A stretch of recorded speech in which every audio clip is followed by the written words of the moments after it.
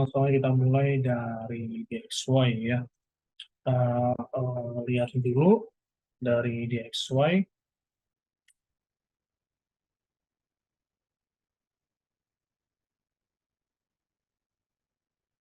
Ya, terakhir DXY itu tertinggi di 26 September dan terkuat di 17 Juli. Di mana pandai begini ya. Ini bisa dibilang uh, sih secara teknikal. Oke. Lalu untuk DXY ini penyebabnya turun. Pertama karena memang di 26 September ya ini berbarengan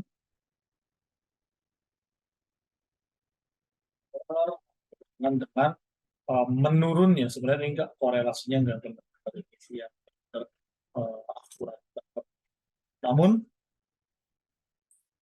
kalau memang kita lihat ya DXY dan US 10 year ini bisa dibilang korelasinya itu mirip ya atau korelasinya sama walaupun tidak 100%. Oke, teman-teman ini mau tanya, kira-kira suara saya mantul nggak atau nggak mantul? Karena agak keganggu juga.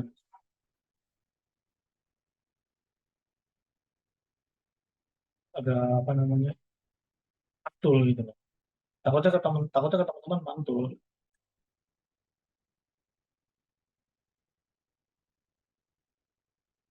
Pak Herman, suara saya jelas kira-kira?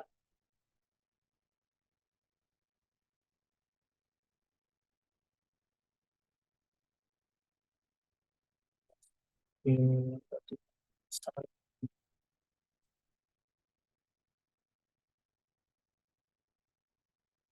nggak tahu nih apa zoomnya udah on, bingung sendiri saya.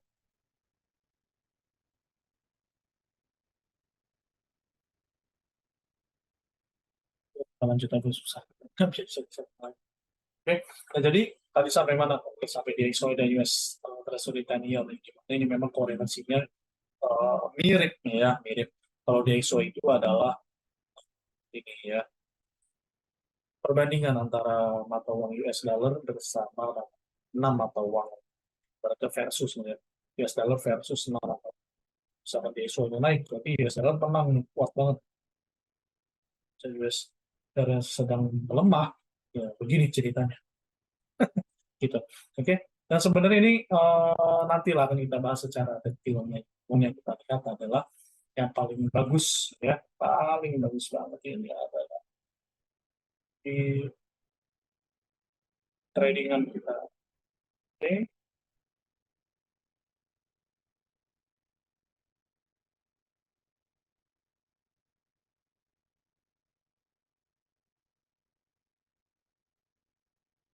Oke, di tradingan kita ini bisa dibilang ya seperti ini untuk hasilnya dan sampai sekarang masih floating profit ya, walaupun memang ada yang minus ini Euro USD ya.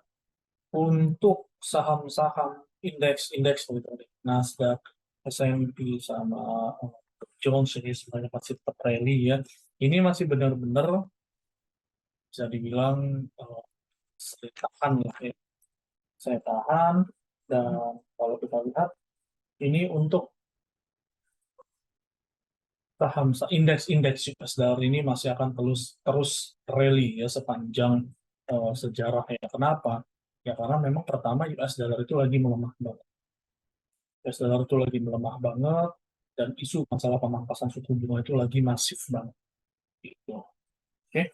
Nah, kalau seperti ini ya otomatis saham-saham indeks saham US ini masih bersifat keterbalikan ya.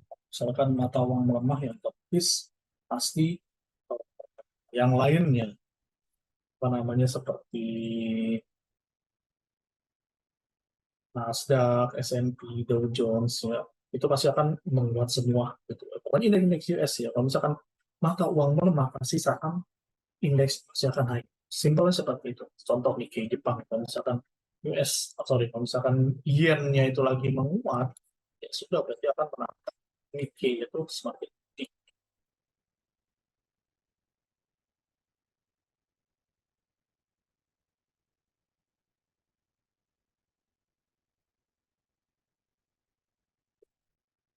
Itu sedang bullish, harus sedang menguat. Yen itu sedang pemulihan lah bahasanya. Ya.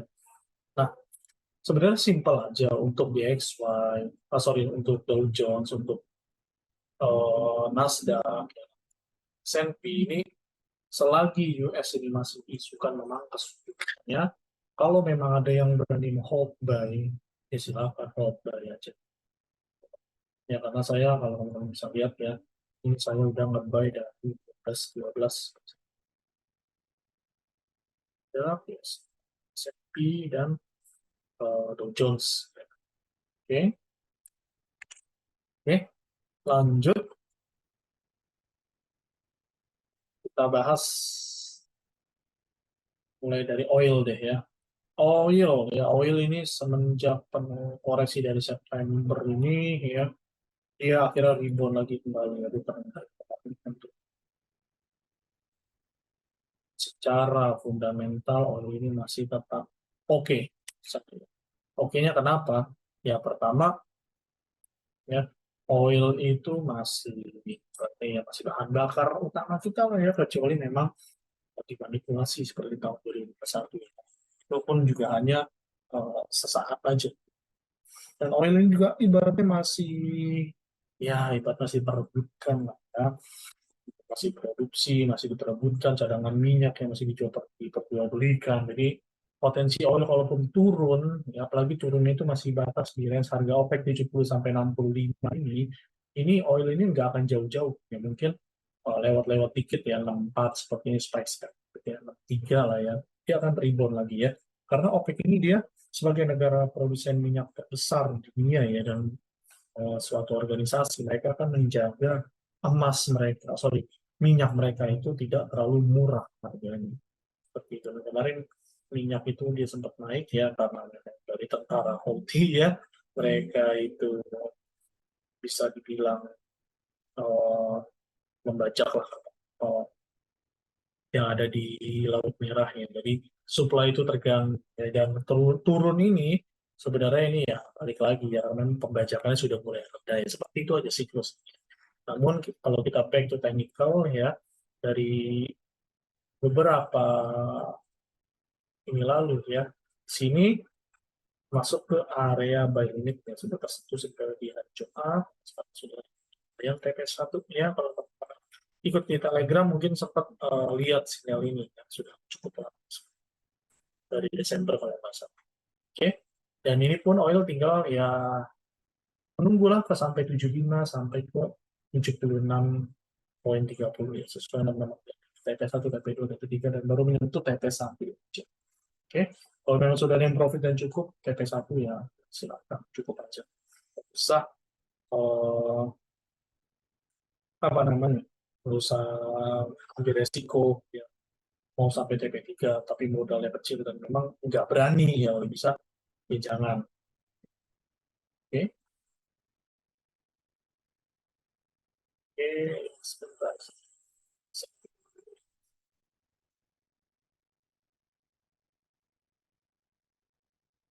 Kita balik lagi. Oke, untuk US oil sih seperti itu aja, ya, nggak ada yang dan di sini yang seremnya ini adalah UK oil ya, UK oil dari 1 Desember dia hit area sell limitnya ini ya, masuk ya, jadi sampai ke TP3 tuh ya, UK oil seraya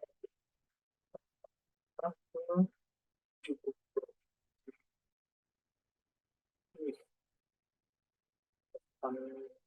besar banget nih, berapa ribu pips ya, berapa pips lah, 12 poin turunnya dari 84 ke 72, ini cukup masif banget ya. Oke, dan pergerakan UK Oil masih bisa dibilang sama lah seperti US Oil ya. Dia geraknya juga masih sama, fundamentalnya itu juga sebenarnya masih sama.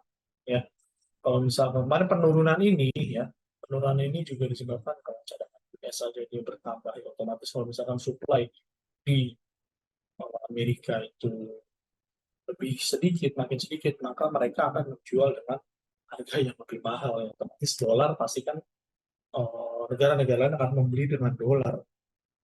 Jadi ya dolar otomatis menguat ya, setara terhadap minyak, bukan terhadap mata uang yang lain, namun terhadap minyak. Karena ya orang minyak masih menggunakan dolar. Amerika juga kan negara adidaya ya, mereka juga negara produksi minyak juga.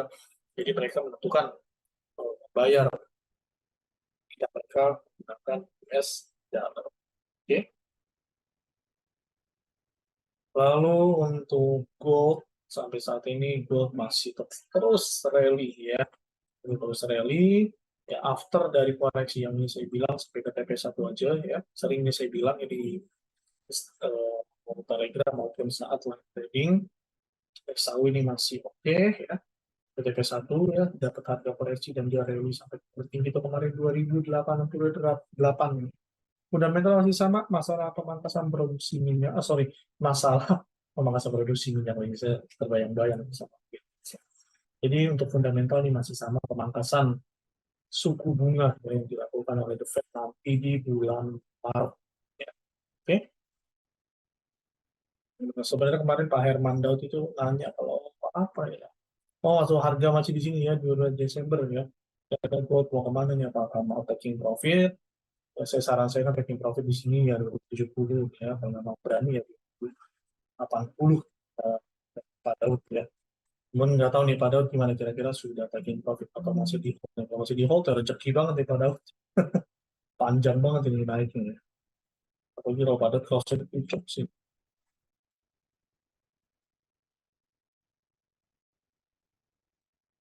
Oke.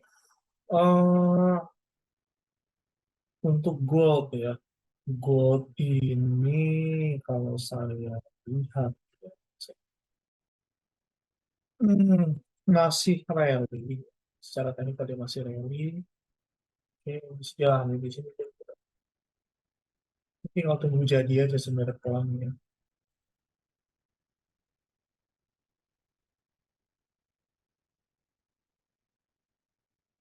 Tinggal tunggu jadi aja sih polanya. Kan, ya kita tinggal tunggu jadi reverse head and shoulder nih. Oke, dia turun ya, higher low, lower low, lalu dia break naik, higher high ya, buat lower high dan dia tinggal break ini ya. Kalau memang mau safety tradingnya tinggal break ini hajar baik. Kalau mau nge-buy sekarang dengan lot yang kecil aja saran saya. Ya panjang lot yang kecilin hajar buy ya nggak masalah. Oke, simpel aja sih untuk SAW ini masih benar-benar naik semuanya, potensinya masih kuat banget untuk bullish ya. Entah itu minyak ya, gold, bahkan saya gold aja kalau teman lihat ya saya masih plotting ya, bahkan swap saya sampai cukup besar banget ya. Ini nggak masalah tuh kalau pasang ya. Oke, lancar aja trading langsung udah digangguin. Oke,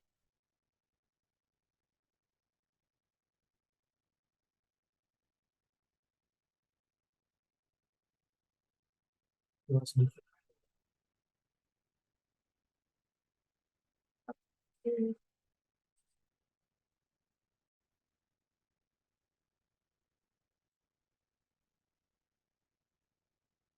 tuh ya, ya akun real life profit 4.800 masih saya hold ya, saya hold sampai Maret 2024 ya, kalau memang nggak ada something lah.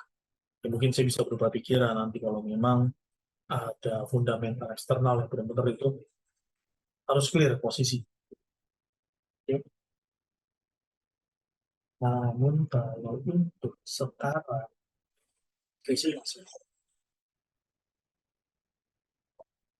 berani seperti misalnya total panjang.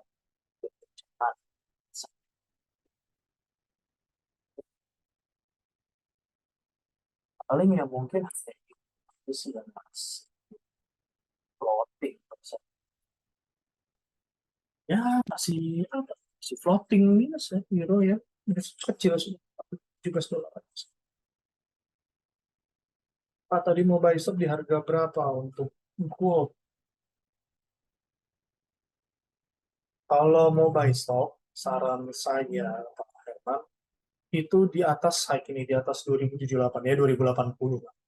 Ya atau lebih bagusnya di sini di atas 2081. Buy stop di sini hari ini sini buy stop. Ya, di area sini 2081, 2082 lah udah genepin aja sini 2082 sini ajar aja buy stop.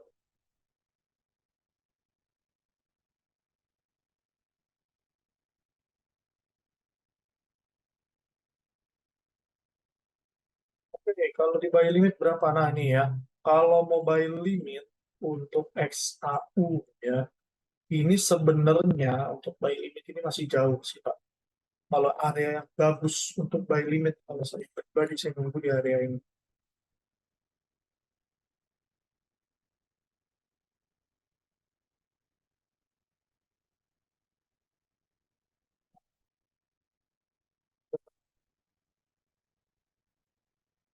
Sampai 2046 ya, kurang lebih area sini area saya untuk buy limit.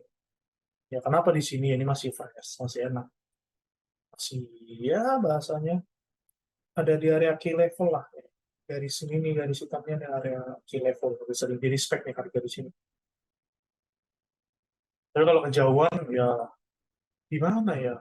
Yang bagus di sini sih. Itu nggak maksain kalau nggak bayar tiket di area yang sedikit ngeri, jos ke bawah. Bagi kalau memang mau scouting dengan lot besar yang ngeri. Kalau masih di area seperti saya kalian di sini aman, aman ya di sini. Ini saya limit kalau di sini kemarin yang jebol, akhirnya saya cuma tandain doang ya. Jebol, lah, udah dijebol begini ya tinggal tunggu power bayarnya aja ada koreksi di bawah, kejar lagi bayar.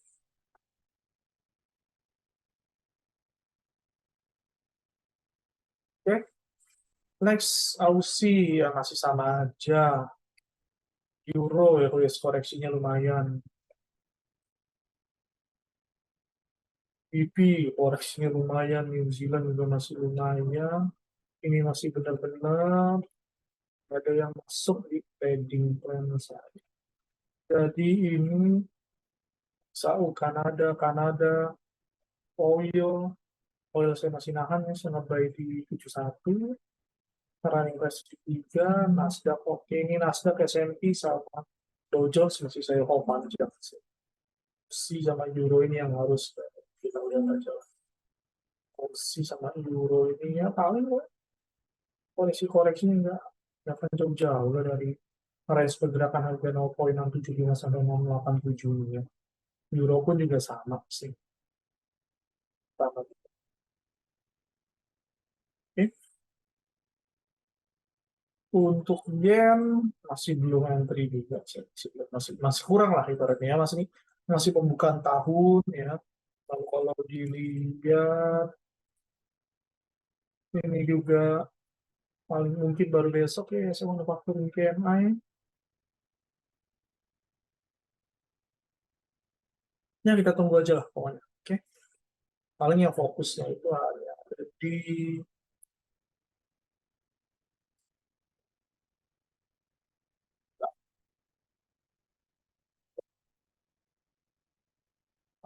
ya saya lepas dulu dah. Ibaratnya lepas itu maksudnya udah biarin aja terbang naik. Oke. Kira-kira teman-teman semua yang di Facebook, sepi.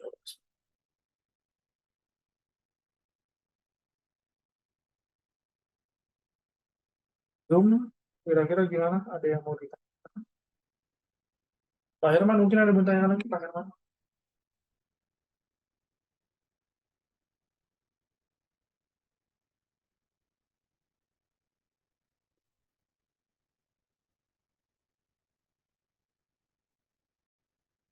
Ini mungkin Van, Jody, Van, dan para Mahmud. Oke, paling yang paling bawah, udah paling bawah, yang benar-benar paling bawah tuh videonya, bukan yang short video ya, namun video yang paling bawah.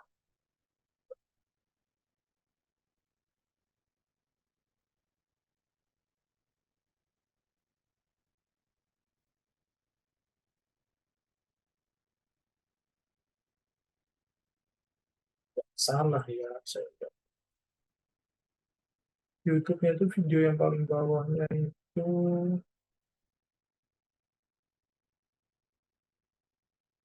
mapping, mapping barang Jimmy Assassin Trader tuh. Ya benar, 1 bulan lalu. Lalu kapasitas key level, ya dasar-dasar teori supply demand, ngobrol bareng tentang technical analysis. Ya. Pokoknya setiap kita webinar ya pasti adalah saya akan posting di YouTube.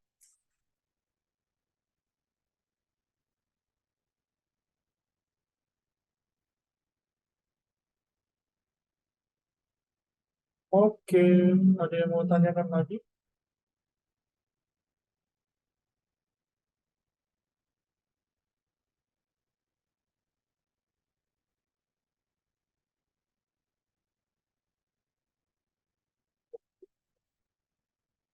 Ada yang mau tanyakan?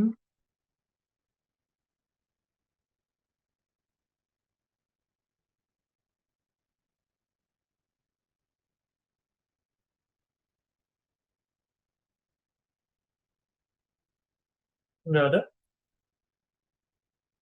Oke, kalau gitu jika tidak ada, kita bertemu di minggu depan sepertinya ya. Untuk besok kayaknya ya yang ke Zoom ini hari Senin. Oke, oke. Kalau begitu teman-teman semuanya saya pamit undur diri ya.